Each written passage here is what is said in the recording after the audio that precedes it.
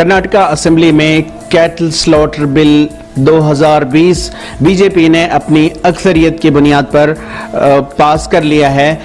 चूंकि काउंसिल में ये पास नहीं हुआ तो बीजेपी ने ये फैसला किया है कैबिनेट में कि ऑर्डिनेंस लाया जाएगा।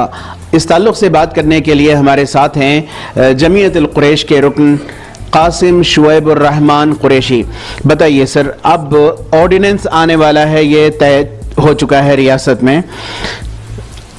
ऑर्डिनेंस आने से फौरी तौर पर ये नाफिज हो जाएगा, तो ये जो कारोबार है आपका, कुरैशियों का कारोबार है या फिर इससे मुंसलिक जो कारोबारी हैं, इन पर कैसे असरात मुरत्तब हो सकते हैं? देखिए, इसका डायरेक्टली इफेक्ट जो है वो सबसे पहले किसानों को पड़ेगा, फिर उसके बाद जो है ट्रांसपोर्ट जो करने वाले हैं उनके पर पड़ेगा, फिर जो है ये कारोबार करने वाले स्लॉटर हाउस में जो रोजी करने वाले हैं इन पर पड़ेगा। बात क्या है बोले तो बात सिर्फ लफ्ज़ों का फेर है। काउ स्लॉटर बिल करके जो कंफ्यूज किया जा रहा है, पहले से ही काउ पर पाबंदी लगी हुई है। 1964 एक्ट के अंदर भी पाबंदी थी, शाहजहां अकबर के ज़माने में भी जो है इस पर पाबंदी रही है, और कई हजार लोग जो है, लाखों लोग इसके अंदर जो काम करने वाले हैं तबका वो सड़क पर आ जाएगा। ये कौन कौन से ऐसे कारोबार हैं सर? जैसे कि हम तो उमूमन ये देखा जाता है कि गोश्त बेचा जा रहा है और गोश्त लोग खा रहे हैं, इनके अलावा और कौन कौन से ऐसे कारोबार वाले हैं जो इससे मुतासिर हो सकते हैं या जिनका रोजगार आप बता रहे थे कि छिन सकता है? देखिए, सबसे पहले जो है छोटा तबका, जो दलित का तबका है, जो स्लॉटर हाउस के अंदर जो पाकी सफाई का काम करते हैं, ये पूरे दलित लोग हैं।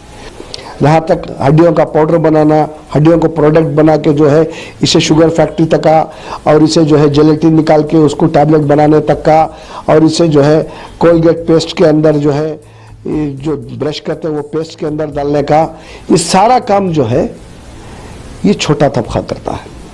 ये जो गौ माता के बारे में सेंटिमेंट्स बताए जाते हैं बीजेपी वालों की जानिब से कि गौ कशी नहीं होनी चाहिए, जब हम देखते हैं कि 1964 का जो कानून है, एंटी काउ स्लॉटर बिल 1964, उसमें ऑलरेडी काउ बैन है। बीजेपी इसमें बैल, सांड को भी जो है इसमें ऐड कर चुके हैं। आपको क्या लगता है?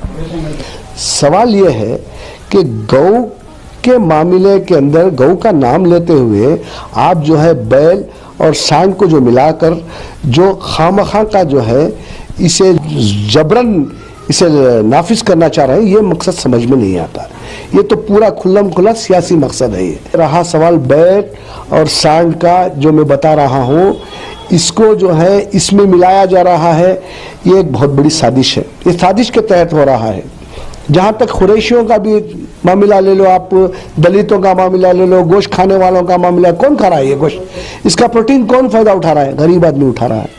भाई, अगर आप 50 रुपए की हड्डी ले जाकर सूप बनाकर पिएंगे ना, तो आप 500 रुपए की तरकारी लेने के बाद में उतनी एनर्जी नहीं आएगी जितनी 50 रुपए की सूप की हड्डी में सूप जो मिलेगा उसके।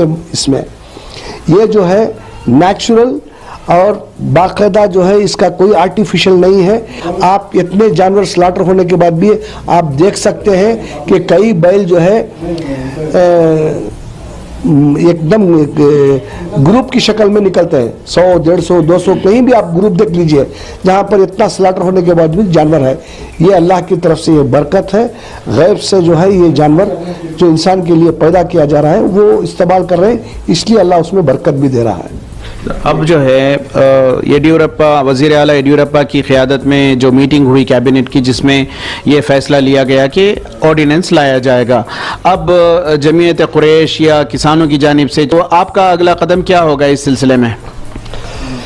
देखिए, ये हमारा कारोबार है, इसलिए हम लोग जो है जुडिशरी के ऊपर भरोसा रख के जो है हम PIL फाइल करेंगे। आज ये लोग इस चीज़ को बंद कर रहे हैं, कल हमारी दूसरी चीज़ को बंद करेंगे। कोर्ट का दरवाजा खटखटाएंगे, कोर्ट के पीछे जाएंगे। बहुत बहुत शुक्रिया। ये थे कासिम शुएबुर रहमान कुरैशी, जो कि जमीयतुल कुरैश के रुकन हैं। उनका कहना है कि ये जो कानून बनाया जा रहा है, इससे मुतासिर सिर्फ मुसलमान नहीं बल्कि किसान और कई ऐसे गरीब तबके होंगे जो इस कारोबार से जुड़े हुए हैं। अगला कदम जमीयतुल जमातुल कुरैश की जानिब से यह होगा कि ऑर्डिनेंस आने के फौरी बाद अदालत का दरवाज़ा खटखटाया जाएगा। रफ़ीक जब्बार, ETV भारत, बेंगलोर।